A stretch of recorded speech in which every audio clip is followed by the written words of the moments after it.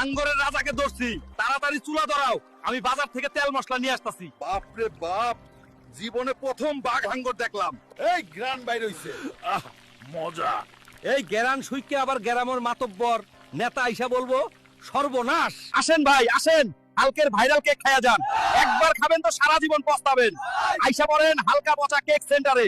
হালকা ঘরের হালকা আমারে 3 দিন আগের বাসি পচা কেক দিছে, এই কেক দিয়ে হালকার পিঠের চামড়া তুলমু। সালা হালকা, তুই আমারে বাসি পচা কেক দিছস, গন্ধে খাওয়া যাচ্ছে না। তোর কেকের দোকানে 12টা বাজাচ্ছি। সর্বনাশ হয়ে গেছে, তোর কুদ্দুস চাচার মাইয়ারে ডাকাতরা তুইলে নিয়ে গেছে, এক্ষুনি উদ্ধার করতে হবে, নয়তো সর্বনাশ হয়ে যাইব। আমি যাব, তবে একটা শর্তে। লায়লাকে উদ্ধার করার পর কুদ্দুস চাচা তাকে আমার সাথে বিয়ে দেবেন। মামুন, তুই এখনই কুদ্দুস চাচার মাইয়ারে ছাইরা দে, নয়তো তোরে মাইরা কুত্তারে খাওয়ামু। রিঙ্কো জলিল করিম, তোরা দাঁড়ায় কি দেখতেছস? এখনই হালকা রে 12টা বাজাই দে।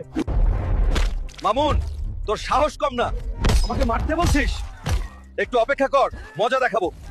চাচা এই নেন, আপনার মেয়েকে উদ্ধার করে আনছি। বউ দেখলাম টিকটিকে আইফোন নিয়ে নাচানাচি করতেছে। চাচা, তোমারও তো বয়স কম হয় নাই, তুমিও তো টিকটকে একই কাজ করো। কি রে বউ, তুই নাকি টিকটকে সারাদিন আইফোন নিয়ে নাচানাচি করস?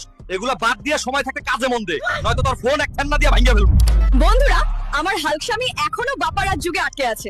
আপনারা চ্যানেলে সাবস্ক্রাইব করলে আমি তাকে হিরো আলম বানিয়ে। সারাদিন টই টই করে ঘুরোস, বাড়িতে যে চাল ডাল নাই সে খেয়াল আছে?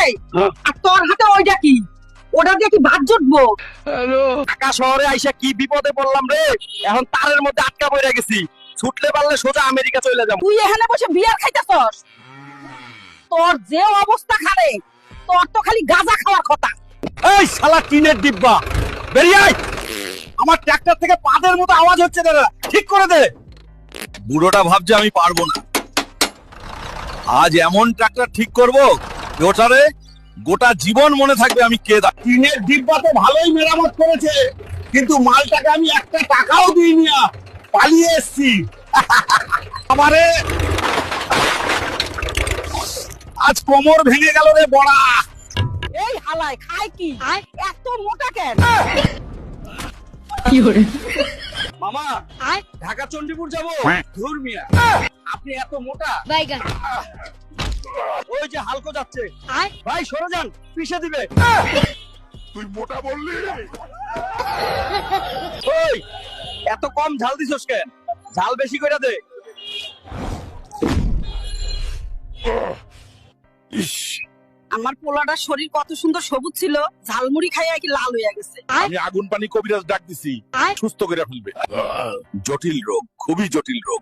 পুতপুতা পাহাড়ে যে ব্যাঙ পাওয়া যায়, সেই ব্যাঙের স্যুপ খেতে হবে, তাইলেই তুই সুস্থ হয়ে যাবি। তোর বন্ধু মাকড়সা পুতপুতা পাহাড় থেকে বড় বড় ব্যাঙ ধরে নিয়ে এসেছে।